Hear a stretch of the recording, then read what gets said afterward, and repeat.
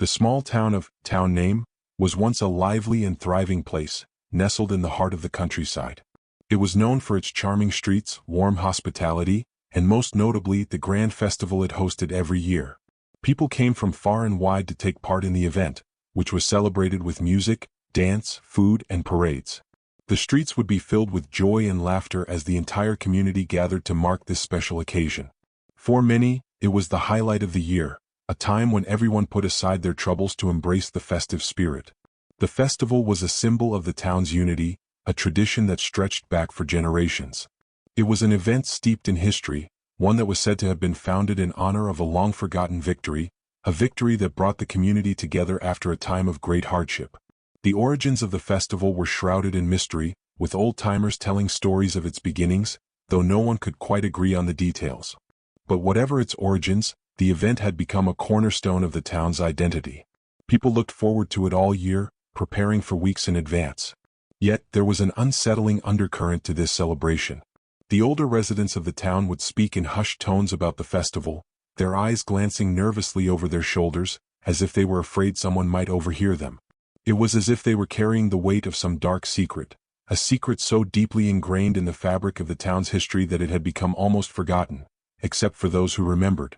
They didn't speak much about it, but if you listened closely, you could catch snippets of their conversations. Whispers of strange occurrences in years past, of things that didn't quite add up, of inexplicable disappearances, and of people who came to the festival only to leave in silence, never to be seen again. But such talk was rare, and the younger generations paid it little mind. For them, the festival was simply a time of fun, a celebration to break free from the monotony of everyday life. The decorations went up, the music began to play, and the excitement was palpable in the air. Everyone was eager to take part, from the children running through the streets with brightly colored ribbons to the elderly sitting on their porches, watching with nostalgia as the festivities unfolded. It was a time for the whole town to come together as it always had. However, that year, the year we're concerned with, the festival ended in a way that no one could have ever anticipated. The final day arrived, and the streets were just as filled with energy as they had always been. The parades took place, with floats draped in flowers and vibrant costumes moving through the streets. The laughter of children echoed through the air, and the smell of grilled food wafted from the street vendors' stalls. Everything seemed perfect, just as it had always been. But then, as the last parade float made its way down the main street, something strange happened. The music, which had been playing so loudly and joyfully, suddenly stopped. It wasn't a slow fade out, but an abrupt silence, as if someone had flipped a switch. The people who had been dancing and singing just moments before froze in place. It wasn't a single person. Everyone stopped as though they were all under some kind of spell. The vibrant colors of the floats, the lively chatter, the sounds of joy, all of it disappeared in an instant. The entire town fell into an eerie silence, one that hung in the air like a heavy fog. No one knew what caused the sudden halt.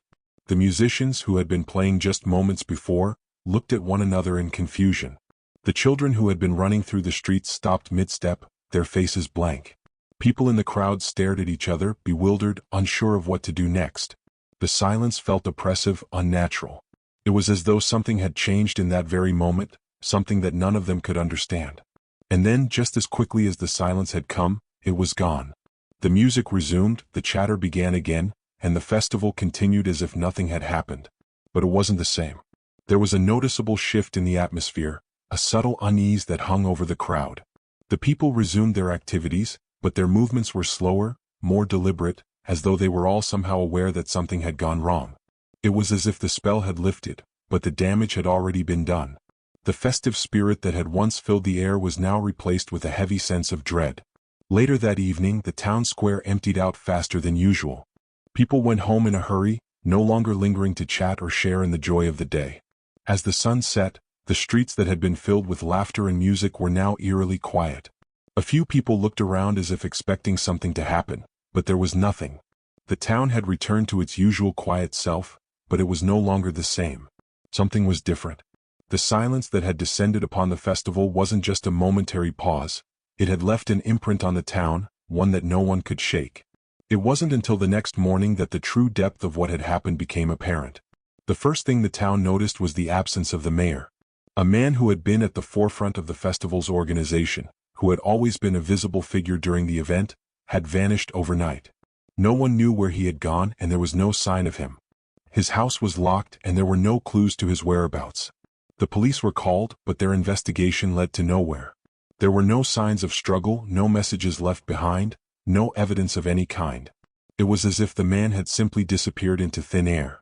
As the hours passed, more people started to notice other strange occurrences. A few families reported missing relatives, people who had been at the festival but hadn't returned home. The sense of unease grew with each passing hour. It wasn't just the disappearance of the mayor, it was the fact that no one seemed to be able to explain it. Rumors began to spread through the town like wildfire. Some said it was a prank, a sick joke, but the lack of any clues made that explanation hard to believe. Others whispered that something supernatural had taken place, that the strange silence during the festival had been a warning, a prelude to something much worse. As the days went on, the mystery deepened. More people went missing, each one tied in some way to the festival. The town, which had once been filled with life, was now quiet and empty. A once bustling community was now gripped by fear, and no one knew who, or what, was behind the disappearances. Some began to speculate that the festival itself was to blame, that it held some dark secret that had now come to light. But there were no answers, just more questions. And with each passing day, the silence that had begun at the festival seemed to grow louder and more suffocating, as though the town itself was holding its breath, waiting for something terrible to happen. The town, once full of life and excitement, now felt like a ghost town. Its streets, once filled with music and laughter, were now eerily quiet. It was as if the soul of the town had been ripped away, leaving only a hollow shell behind. And no one knew what had happened, or why. All they knew was that the festival, the one event that had once united the town, had been the catalyst for something much darker, something that no one could have foreseen. In the days that followed, the few remaining residents went about their lives in a haze of confusion and fear. No one spoke about the disappearances. It was as if talking about it would make it even more real. But the silence, the haunting silence that had begun at the festival, lingered on, an unspoken reminder of the terror that had gripped their town. And as the weeks turned into months, it became clear that the mystery was far from over. It was just beginning.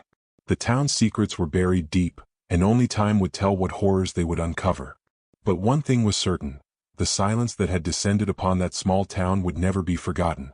It would haunt them all long after the last person had vanished.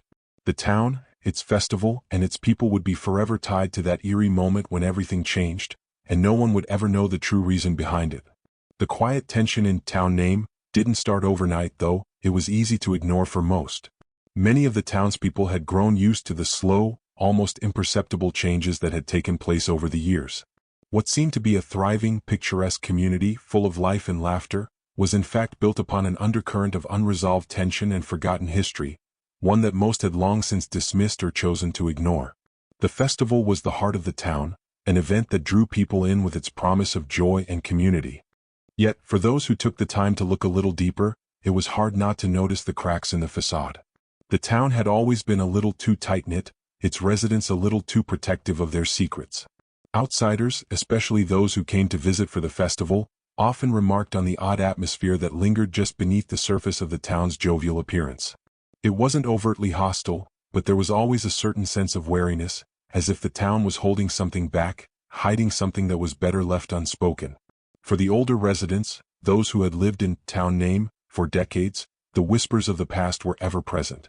They didn't speak about it often, if at all, but you could tell that the history of the town had left its mark. Stories from the past were recounted with reluctance, often in hushed tones, as if they feared bringing the subject up would somehow unleash the old wounds. And these stories, though rarely spoken aloud, were part of the very fabric of the town. They lingered in the air, woven into the daily lives of the people who lived there. It was in the way some of the older homes were kept locked up, never having been renovated or passed down through generations. It was in the way certain families had become fixtures in the town, their names spoken with a mix of respect and wariness, as though the mere mention of them might bring something unwanted to the surface. Some of the older stories spoke of strange rituals, of ceremonies that were held in secret, far away from the prying eyes of the outsiders who visited the town each year. People spoke of gatherings that took place late at night, behind closed doors, where members of the community would come together to perform rites whose true purpose was never clear. They spoke of old traditions rooted in the land that had been passed down through generations. Some of these traditions seemed harmless enough, but there were whispers that they were not so innocent, that they were tied to something far darker. Perhaps the most persistent story was the one about the town's origins, about a time long ago when the town had been founded in the wake of a tragedy. Some said that the land had been cursed, that the town was built on the bones of the dead, a place where the past could never truly be buried. There were rumors that the town's founding families had made a pact with something unknown, something beyond human comprehension. But like many of the town's stories, the details were hazy, and no one could say for certain what had really happened. It was as if the truth had been lost to time, buried beneath layers of superstition and fear. Yet, for all the mystery that surrounded the town's past, there was one thing that was clear: the festival had always been a central part of it. It wasn't just a celebration, it was a link to the town's history, a way of honoring the traditions that had been passed down. But with the passage of time, the festival began to take on a more unsettling tone. What was once a lively event filled with laughter and music now felt almost like a ritual whose true meaning had been obscured by the years. It was no longer just about celebrating the town's history, it had become a symbol of the town's connection to something older, something darker. For those who had lived in the town long enough, it was hard not to notice the subtle changes that had taken place over the years. People had become more insular, more secretive. The younger generations who had grown up with the festival were eager to take part in the festivities, but they didn't fully understand the weight of the tradition they were carrying on. They didn't know about the rituals that had been performed in secret, or about the sacrifices that had been made to ensure the town's prosperity. They simply saw the festival as a time to come together and celebrate, something to look forward to in an otherwise quiet and uneventful year. But for the older residents, the festival was a reminder of the past, a reminder of what had been done and what had been promised. And as the years went by, the sense of unease grew. The festival, which had once been a time of joy, began to feel like something else, a dark, oppressive force that loomed over the town. There were those who had seen it before, those who had been alive when the festival had taken on a new meaning. They had witnessed the strange rituals that had been held behind closed doors, the whispered conversations in dark corners, the way the town's leaders would disappear for days at a time, only to return with a look of quiet satisfaction on their faces. These older residents, those who still remembered the days when things had been different, would sometimes gather in small groups, speaking in hushed voices, reflecting on the changes that had taken place. They spoke about how the town had slowly transformed into something unrecognizable, how it had become a place that felt like it was constantly on the brink of something terrible. They couldn't put their finger on it, but they knew that the silence that hung over the town wasn't just a result of the lack of people. It was a silence that had settled deep into the town's bones, a silence that had been there long before the festival had ended so abruptly. They spoke of the moments when the unease had first started to build, when the first cracks had begun to appear in the town's seemingly perfect facade. It had started small, strange occurrences that couldn't be explained. A missing person here, a rumor there. But as the years went by, the incidents grew more frequent, more unnerving. The older residents watched as the younger generations became more withdrawn, more secretive. It was as if they were being pulled into something that they didn't fully understand, but which seemed to have a hold on them nonetheless. What was happening to the town? Was it just the result of time, of changes that had come with the generations? Or was there something more to it, something deeper, something tied to the land, to the history that had been buried for so long? The older residents couldn't say for sure, but they knew one thing: the town was changing, and not for the better. And they feared that the festival, once a source of pride and celebration, had become a symbol of the darkness that had taken root in town name. For the younger residents, life went on as usual. The festival still drew crowds, still filled the streets with energy, still brought the community together, but there was an undercurrent of something not quite right. They couldn't explain it, but they felt it. The way people would glance nervously at each other when certain topics were brought up, the way certain families would disappear for days, only to return as if nothing had happened. There was an unease that seemed to follow the town wherever it went, and no one could shake it. The festival, despite its outward cheer, had become a reminder of something far more sinister lurking beneath the surface. A reminder that the town's past could never truly be buried, no matter how much time passed. And so, as the festival neared once again, the town stood on the edge, unaware that the darkness that had been building in the shadows for years was about to come to light. But even then, no one could have predicted the events that would unfold, the events that would change the town forever, that would bring its secrets to the surface in a way that no one could ignore. The silence that had descended on town name was only the beginning, and soon the truth would be revealed, leaving the town to grapple with the haunting legacy of its past. The excitement in the air was palpable as the day of the festival finally arrived. People had been preparing for weeks, some for months, eagerly anticipating the event that brought everyone together. The streets were lined with colorful decorations, banners and flags fluttering in the wind, strung up to create an atmosphere of jubilation. The scent of fresh bread, roasted meats, and caramelized sugar wafted through the air as food vendors set up their stalls, their tables piled high with treats that promised to satisfy every craving. Everywhere you looked, there was something to see, something to taste, something to enjoy. It was a day like no other in town name, a day when the town came alive in a way it never did at any other time of year. The festival had become a tradition, a living memory of the town's history, and every year it seemed to grow bigger and more elaborate. The parade was the centerpiece, with floats that had been meticulously designed and crafted, each one representing a different part of the town's heritage. Local children dressed in colorful costumes, their faces painted with bright colors, skipped along behind the floats, cheering and waving at the crowds. The music was infectious. Brass bands, drummers, and string instruments all joined together to create a sound that resonated through the streets, making everyone feel like part of something larger than themselves. The entire town seemed to pulse with energy, as if the spirit of the festival had taken on a life of its own. But as vibrant as the parade was, there was an undercurrent of unease that many people couldn't shake. It wasn't obvious at first, not to the outsiders who were visiting the town for the festival, but it was there for those who had lived in town name long enough to notice the subtle signs. There was something almost ritualistic in the way the festival unfolded. The procession had a specific order, the dances had particular steps, and the food was prepared in a certain way, all of which had been passed down through generations. It wasn't just a celebration, it was a performance, a reenactment of something older, something more significant than anyone cared to admit. The older residents, those who had seen the festival evolve over the years, noticed the small details that had started to change in the last few decades. It wasn't the festival itself that had shifted, but the people who attended it.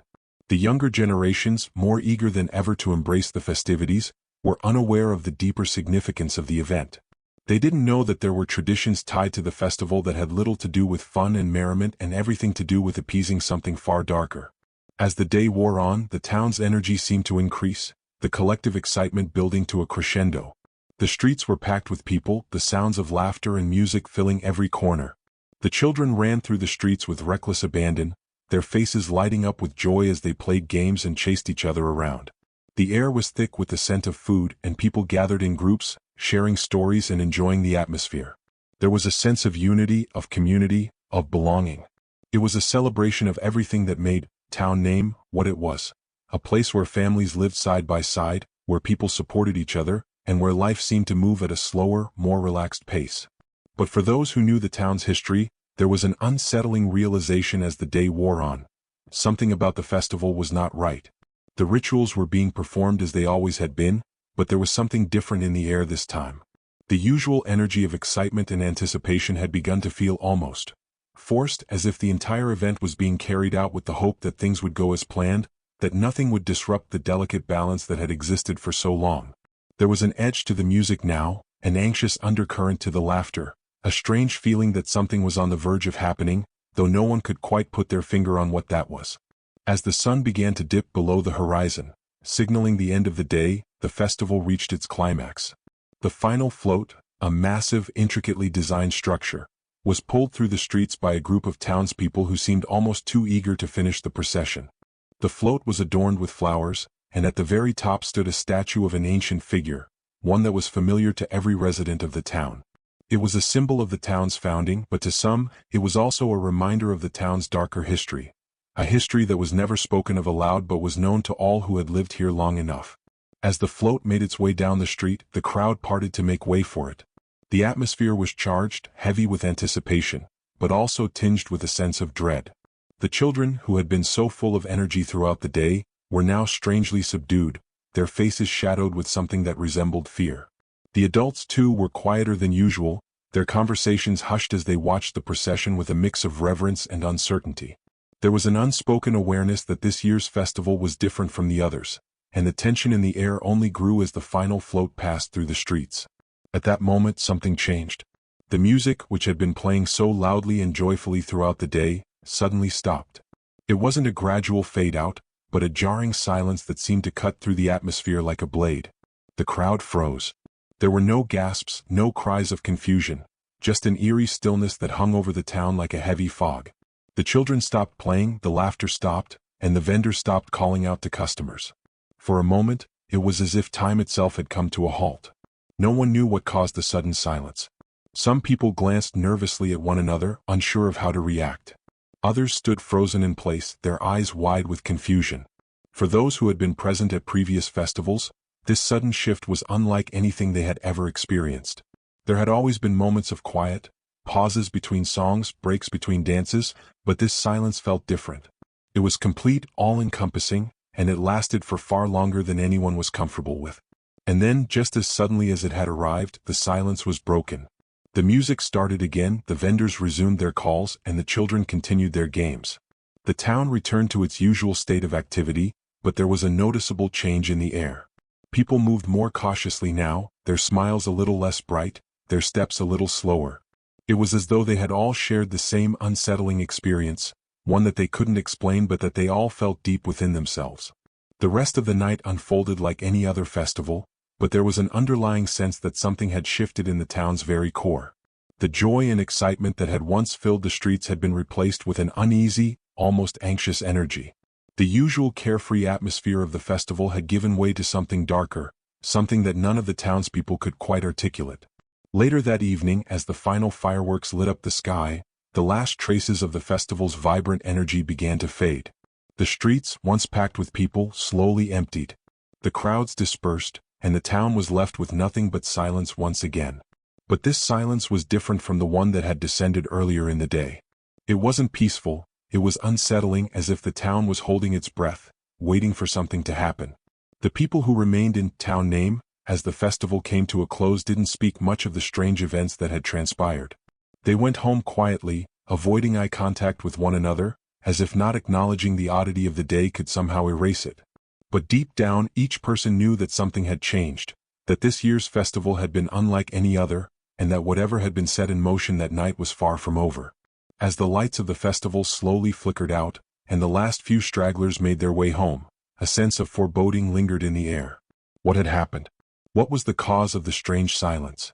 And more importantly, what would it mean for the future of town name?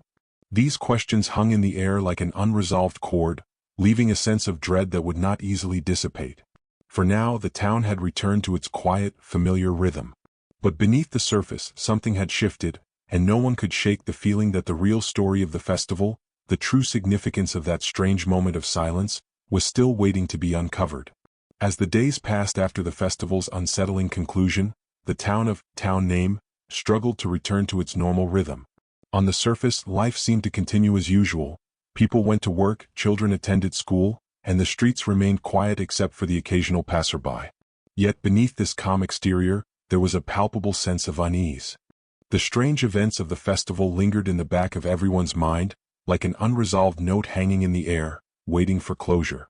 But what was even more unsettling was the fact that no one really talked about it. The silence that had descended on the town during the festival was still there, but it wasn't the same as the eerie quiet that had briefly taken over the streets. This was a silence of avoidance, of people consciously choosing not to speak about what had happened, as if acknowledging it would somehow make it real. At first, it was easy for the townspeople to brush off the events as just a weird moment, a glitch in the otherwise perfect rhythm of their lives. But soon, it became clear that something far more serious was at play. The festival wasn't just a random oddity, it was the beginning of something far more disturbing. The first sign that something was wrong came when the mayor disappeared. Mayor's name, who had always been a fixture in the town's public life, was suddenly missing. At first, people assumed he had simply gone out of town for a few days, as he was known to travel on occasion for business. But days turned into weeks and there was still no sign of him. His office remained locked and no one could get in touch with him. His family claimed to have no idea where he had gone, and no one could recall seeing him leave town. It was as if he had vanished into thin air. This was strange in itself, but what was even more bizarre was the town's reaction to his disappearance. The usual sense of urgency that accompanied such events was absent. No one was particularly alarmed. The police began a search, but it was half-hearted at best. There were no missing person posters, no large-scale efforts to find him. Instead, the town seemed to brush the incident aside, as if it were just another one of those things that happened from time to time. But then things began to escalate. Over the course of the next few days, more and more people began to go missing. First, it was one of the festival performers, an elderly woman who had been a beloved member of the community for years. She had been seen just hours before, dancing in the streets with the children, laughing and enjoying the festivities. But the next morning she was gone. No one knew where she had gone, and there were no signs of a struggle at her home. The search for her turned up nothing. She had disappeared just like the mayor, without a trace. Then it was the town's baker, who had been up late preparing pastries for the morning market. He had always been reliable, always there when he was needed. But the next day his shop was found locked, with no one inside. His wife had no idea where he had gone, and the neighbors had seen nothing unusual the night before. The police were called again, but once again there was little urgency in their response. The townspeople continued to go about their lives, but the feeling of dread grew. The missing people were beginning to pile up, and still no one was asking the right questions. The most disturbing part of it all was how the town seemed to accept it. People had grown up with the festival, had seen it evolve, and were used to its strange traditions. But no one could ignore the eerie pattern that was forming. The more the town's missing persons list grew, the quieter it became. People started avoiding one another, looking over their shoulders when they passed through the streets, as if they feared someone might be watching them. The once bustling town square became emptier by the day, as residents seemed to retreat into their homes, afraid to go out after dark. The sense of community that had once defined town name began to fray, and in its place was a palpable sense of fear and suspicion. The local law enforcement, under pressure to explain the disappearances, launched a more thorough investigation. But as they dug deeper, they discovered something even more unsettling. The missing people weren't random. They were all connected to the festival in some way. The elderly woman who had vanished had been a longtime performer, known for her work with the children. The baker had been the one to make the festival's special pastries, and his wife had helped organize the town's food stalls. Each person who had gone missing had been involved in the festival, either directly or indirectly. There was a pattern, and it wasn't just a coincidence. As the investigation unfolded, the townspeople grew more nervous. The police began to ask questions, but the answers they received only deepened the mystery. No one seemed to know anything, but everyone seemed to know too much. Some people were more evasive than others, while others seemed oddly calm, as if they weren't particularly concerned about the disappearances at all. It was as though the town had become divided into two camps, those who were afraid and those who were content to let things unfold as they would. It wasn't long before rumors began to spread. The most common theory was that the disappearances were part of a larger, more sinister ritual, a ritual tied to the town's history and its dark past. Some people believed that the festival had always been more than a celebration. It had been a way to keep something hidden, to appease a power that lurked just beneath the surface of the town. They whispered that every year, as part of the festival, certain individuals were chosen to disappear, to be sacrificed in order to maintain the town's prosperity and peace. These rumors were, of course, dismissed by most of the townspeople, but they were hard to ignore as the number of disappearances continued to rise. The theory that the town was involved in some kind of ritualistic sacrifice was particularly disturbing because it seemed to fit the town's history so well. The town had always been secretive about its past, and the older residents, those who had lived through the town's darker days, were reluctant to speak about it. But the more the police dug, the more they uncovered.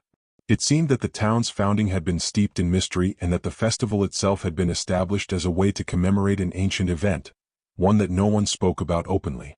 As the investigation continued, the missing persons list grew longer, and the town descended further into fear and suspicion. People began to lock their doors at night, and families kept their children close. No one knew who would be next, and the fear of being chosen for whatever dark purpose lay behind the disappearances was enough to keep everyone on edge. The once lively streets of town name were now eerily quiet, with a lingering sense that something far worse was coming, something that no one could escape. The chilling truth began to dawn on the town. The festival was not just a celebration of history, it was a cover for something much darker, something that had been hidden for generations. The town's prosperity, its peace, and its very existence had been maintained by the sacrifices made during the festival, and as the years had gone on, the cost of these sacrifices had grown higher. Those who were taken were not chosen by chance. They were the ones who had been marked long ago, their fate sealed by the very town they had called home. As the investigation pressed on, the town's secret was slowly being uncovered, but by then it was almost too late. The darkness that had always existed beneath the surface was no longer hidden, and the truth was far more horrifying than anyone could have imagined. The missing townspeople were not just victims, they were part of a system that had been in place for centuries, a system that fed on the very heart of the community. And the worst part was that no one knew how to stop it. The days following the discovery of the missing townspeople seemed to stretch on endlessly for the residents of Town Name. What had started as an isolated series of disappearances was now spiraling out of control, and no one knew where it would end. The town was gripped by a kind of collective fear, a fear that was so thick it could almost be touched, as if the very air had changed. People no longer greeted one another with the same warmth, and the usual hum of everyday life had been replaced by a quiet dread that hung over the streets, especially after dark. The police had stepped up their efforts to investigate, but it was becoming clear that the town's authorities were ill-equipped to deal with what was happening. They had always prided themselves on being a small, tight-knit community where everyone knew everyone else's business.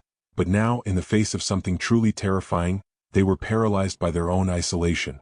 The case seemed to grow more bizarre with every passing day, and the more the authorities dug, the more questions arose without any clear answers. Rumors spread like wildfire, each one more elaborate and terrifying than the last. Some people whispered that the disappearances were not random, that there was someone orchestrating them. Others claimed that the disappearances were tied to an ancient curse, one that had been placed on the town when it was founded. These were not idle speculations. They were the product of years of secrecy and mystery, of stories passed down from generation to generation, of a town that had lived with the weight of its own dark history. No one, however, could prove any of it, and yet, as the days wore on, it felt as though the truth was just out of reach, like a shadow that you could almost touch but never quite grasp. Despite the mounting fear, the town tried to carry on with its day-to-day activities. The shops were still open, the markets still sold their goods, and the streets were still busy during the day. But the vibrant energy that had once filled the air was gone. People walked more quickly, their eyes darting nervously from side to side, and conversations were reduced to low murmurs. At night, the town seemed to hold its breath. The silence that had once been a comfortable part of life in Town Name was now a foreboding presence, one that seemed to press in on the very walls of each home. The town was holding its collective breath, waiting for something terrible to happen. The first breakthrough in the investigation came when the town's oldest resident, a woman named Agnes, was interviewed by the police. Agnes was known for her sharp memory and her knowledge of the town's history. She had seen it all, from the founding days to the present. The detectives had heard her name mentioned in several of the interviews with locals, and they decided to pay her a visit. Agnes lived alone in a small, creaky house on the outskirts of town, far from the center of the bustle and noise. When the police arrived at her home, they were greeted by an elderly woman who appeared far older than her years, with deep lines etched into her face and a quiet wisdom in her eyes. She had always been seen as a bit of an eccentric, someone who spoke in cryptic riddles about the town's past, but now, as the investigation deepened, the officers felt that she might hold the key to understanding what had been happening. At first, Agnes was reluctant to speak, her eyes darting nervously around the room, as if the very act of sharing her knowledge might invite some unseen danger. But after some gentle coaxing, she finally began to open up, her voice low and trembling. She spoke of the town's founding, of the mysterious figures who had established it, and of the sacrifices they had made to ensure the town's prosperity. According to Agnes, the festival was not just a celebration, it was a ritual. She explained that it had always been tied to the land, to the very soil that the town had been built upon. The original founders had made a pact with something ancient, something powerful, and every year since, the festival had been a way to honor that pact, to maintain the town's good fortune. Agnes explained that the festival's rituals had once been open to everyone in the town, but over the years, the details of these practices had been slowly obscured. What was once an open and acknowledged part of the town's life had gradually become shrouded in secrecy. The younger generations, she said, were no longer aware of the true purpose of the festival, and most of the town's older residents had grown too afraid to speak about it. The disappearances, Agnes revealed, were not a new phenomenon. They had happened before at regular intervals, always linked to the festival. The chosen individuals were taken as part of a dark, ancient rite, one that kept the town safe and prosperous. Over time, as fewer people remembered the purpose of the ritual, the sacrifices had become more random, more chaotic. The town had grown disconnected from the very thing that had once ensured its survival. The police officers listened, stunned, as Agnes recounted the tales of old, the stories that had been passed down through the generations, whispered in secret as the town's elders tried to protect the younger generations from the horrors of their past. She spoke of strange gatherings in the woods, of symbols carved into trees, and of the eerie presence that had haunted the town since its founding. Each time a sacrifice was made, she said, the town would enjoy a season of prosperity, crops would flourish, businesses would thrive, and no major misfortune would befall the people. But if the sacrifices stopped or if the pact was broken, then disaster would follow. The police left Agnes's house with heavy hearts and even heavier minds.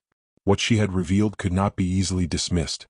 They had always suspected that the town's history held dark secrets, but they had never imagined that the disappearances were linked to something so ancient and malevolent. The truth was far worse than they had ever imagined. As the officers continued their investigation, they began to uncover more pieces of the puzzle. The town's records, once carefully kept and guarded, were incomplete, and many of the documents had been mysteriously destroyed over the years.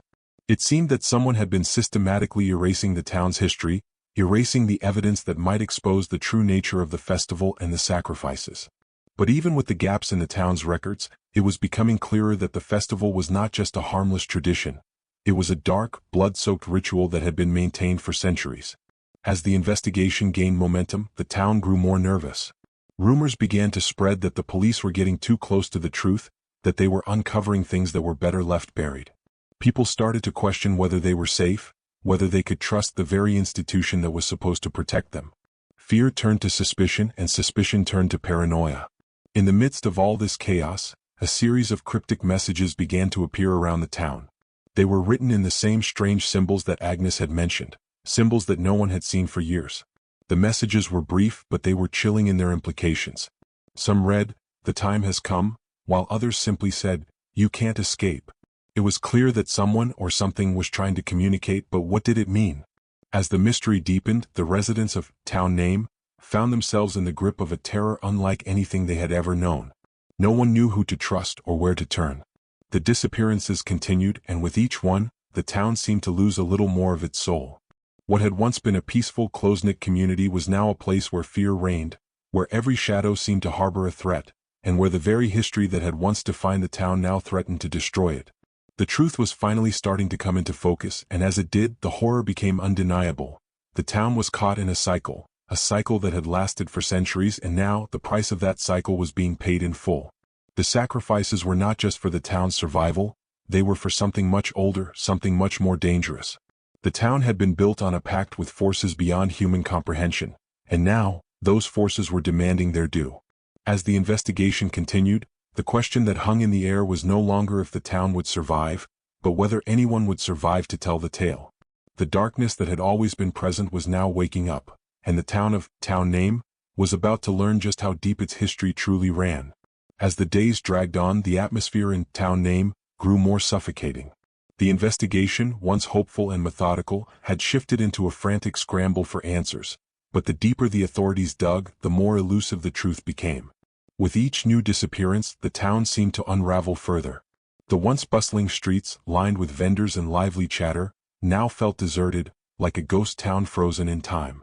People who had once greeted each other with warmth now avoided eye contact, as if acknowledging each other might somehow draw attention to their own vulnerability.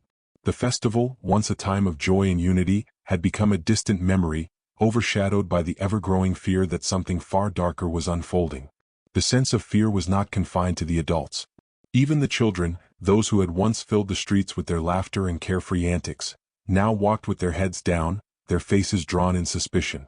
Parents no longer allowed their children to play outside after dark, fearful that they might be the next to disappear. The mere idea of anyone leaving their homes after sunset had become unthinkable. It wasn't just the fear of what was happening, it was the fear of what could be coming, a fear that seemed to grip the very heart of the town and threatened to suffocate it from within. The police, now operating in a state of constant alarm, were no closer to understanding what was happening. They had followed every lead, interrogated every resident, and pieced together every scrap of information they could find, but the more they uncovered, the more it seemed to confirm the impossible reality. The disappearances were not just the result of some random criminal act. They were tied to something far older, something that the town had been built upon, something that could no longer be ignored. The theories that had once seemed far-fetched, rumors of an ancient curse, whispers of ritual sacrifices, were now beginning to feel like the only logical explanation. The investigation had turned into a labyrinth of half-forgotten histories and cryptic symbols, leading to dead ends and unanswered questions.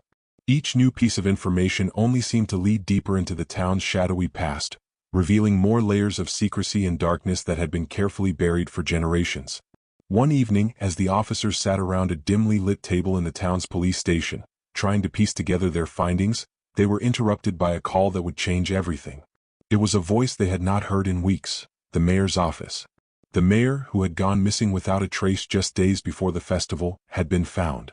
But what they discovered was far from a simple missing persons case.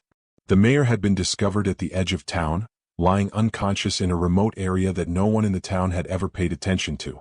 His clothes were torn, his body covered in dirt, and his face bore the marks of someone who had been through a harrowing ordeal. When they found him, he was muttering incoherently, barely able to form words. The officers rushed to his side, trying to get answers, but the mayor's words only made the situation more perplexing. "It's happening," he mumbled. "It's all happening again. You can't stop it. No one can." He muttered the same phrases over and over again, his eyes wild with terror. His hands were shaking uncontrollably, and he seemed to be in some kind of trance, as though he had witnessed something beyond human comprehension. The officers immediately transported him to the hospital, but he was in no condition to provide any clear answers. It became clear that the mayor had experienced something far more disturbing than anyone had anticipated. His disappearance, it seemed, had not been a random event. It was part of a larger, far-reaching plan that was unfolding in the shadows. As the days passed, the town's fear reached a boiling point. The people no longer waited for answers from the authorities. The missing persons cases had become so numerous that they could no longer ignore the possibility that something was terribly wrong.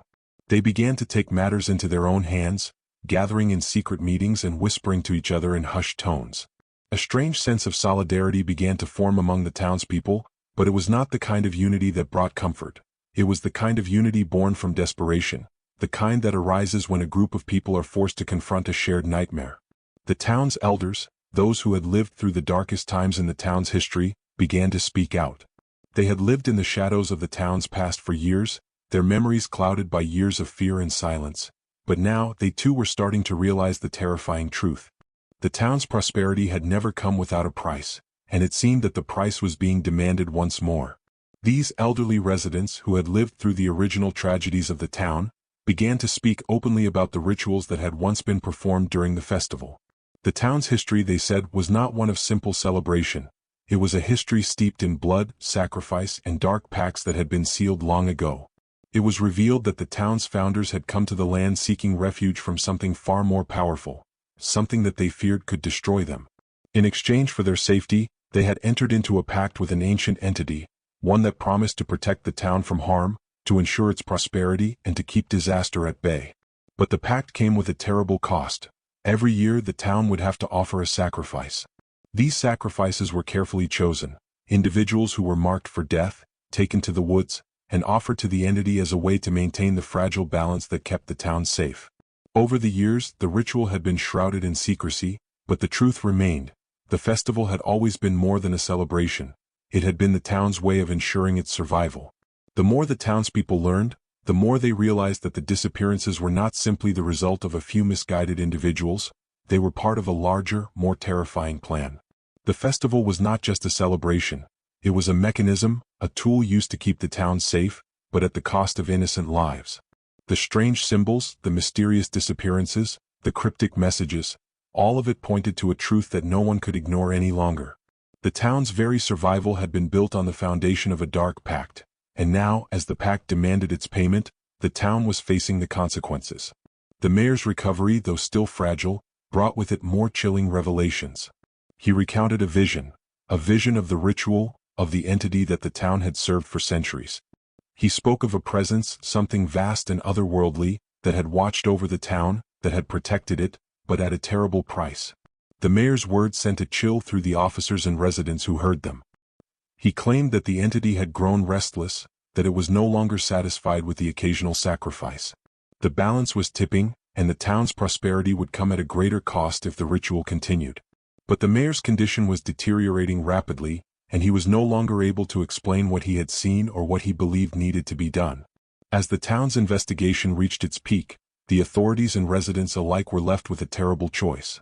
They could continue to fight against the mysterious forces that had held them captive for centuries, risking everything they had ever known, or they could submit to the ritual, continuing the cycle of sacrifice that had kept the town safe for generations.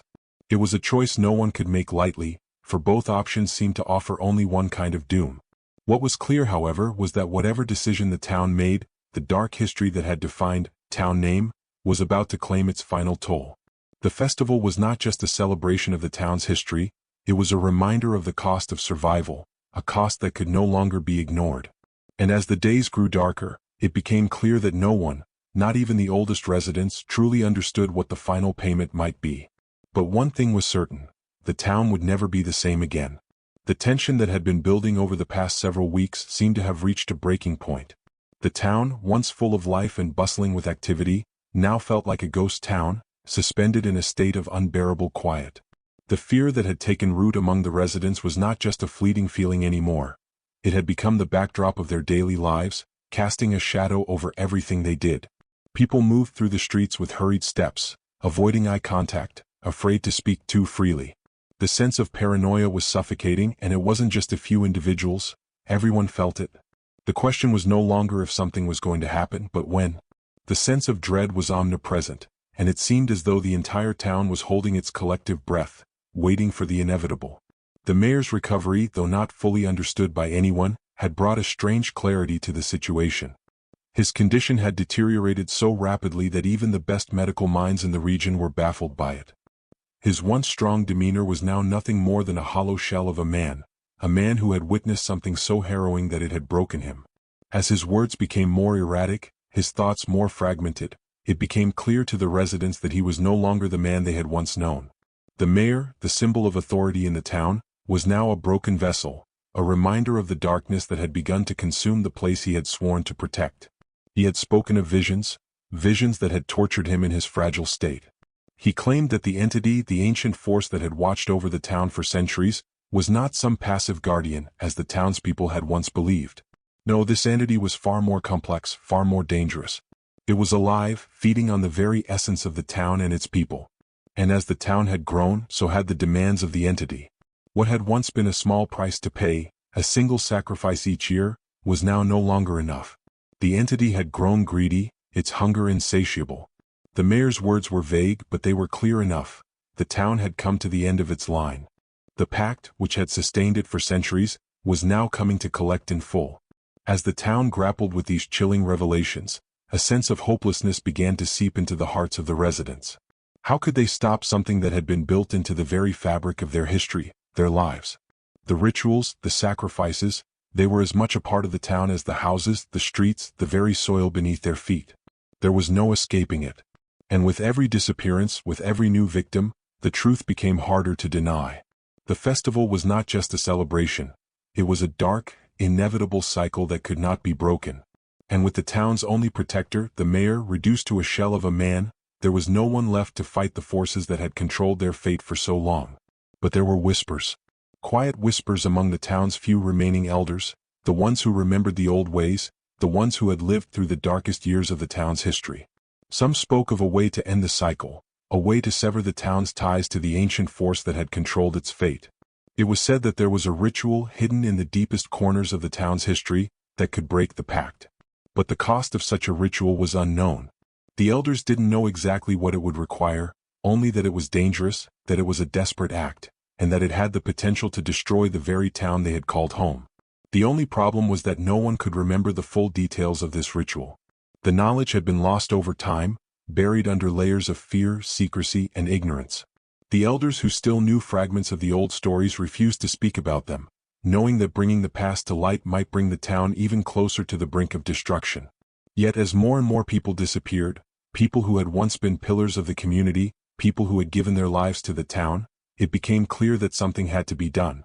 The entity's hunger had grown too great, and if it was not stopped, the entire town would be consumed. In the dead of night, a small group of these elders gathered in secret, meeting in the same abandoned church where many years ago the original pact had been sealed. The church, now overgrown with vines and abandoned by most of the town's population, held a haunting, eerie presence. The air inside was thick with dust, the pews long since rotted away, and the altar, once a place of reverence, was now a forgotten relic of a dark past. Yet it was here, in this forsaken place, that the elders came together to confront the truth.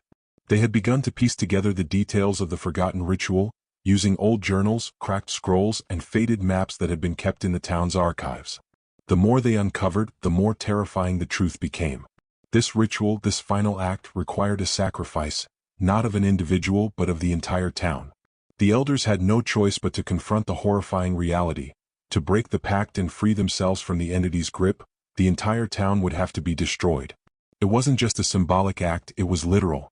The town, the land it stood on, would have to be wiped clean. Only then could the entity be banished, and the town freed from its centuries-old curse. The group of elders debated the ritual for hours, the weight of their decision pressing down on them like a physical burden. Could they really go through with it? Was there another way? Some of them were hesitant, unwilling to make such a drastic decision, even if it meant saving the town. They argued that there had to be another solution, a way to appease the entity without destroying everything they had built. But others, especially the older ones who had lived through the worst of the town's history, knew that there was no other way. The pact had been in place for too long, the entity too powerful. No amount of appeasement or sacrifice could change that now. The only choice was to destroy it all. As the meeting broke up, the sense of dread that had been hanging over the town seemed to intensify.